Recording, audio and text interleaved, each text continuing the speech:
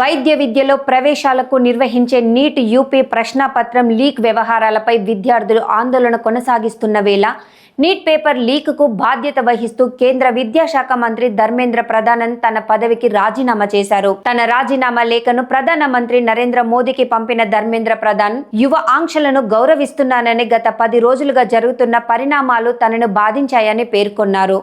దేశ యువత హింసా మార్గం ఆచరించడం తనకు ఇష్టం లేదని ఆయన తెలిపారు. తాను వ్యక్తిగత ప్రతిష్టకు పోవడం లేదని, దేశ యువ శక్తిపై తనకు పూర్తి నమ్మకం ఉందని బీజేపీ నేత అన్నారు. దేశ విద్రోహి శక్తులను అవకాశం ఇవ్వకూడదని ఈ నిర్ణయం తీసుకున్నట్లు ఆయన వెల్లడించారు. పేపర్ లీక్కు తానే బాధ్యత వహిస్తున్నానని, యువత ఇప్పటికైనా తమ భవిష్యత్తుపై దృష్టి పెట్టాలని ఆయన సూచించారు.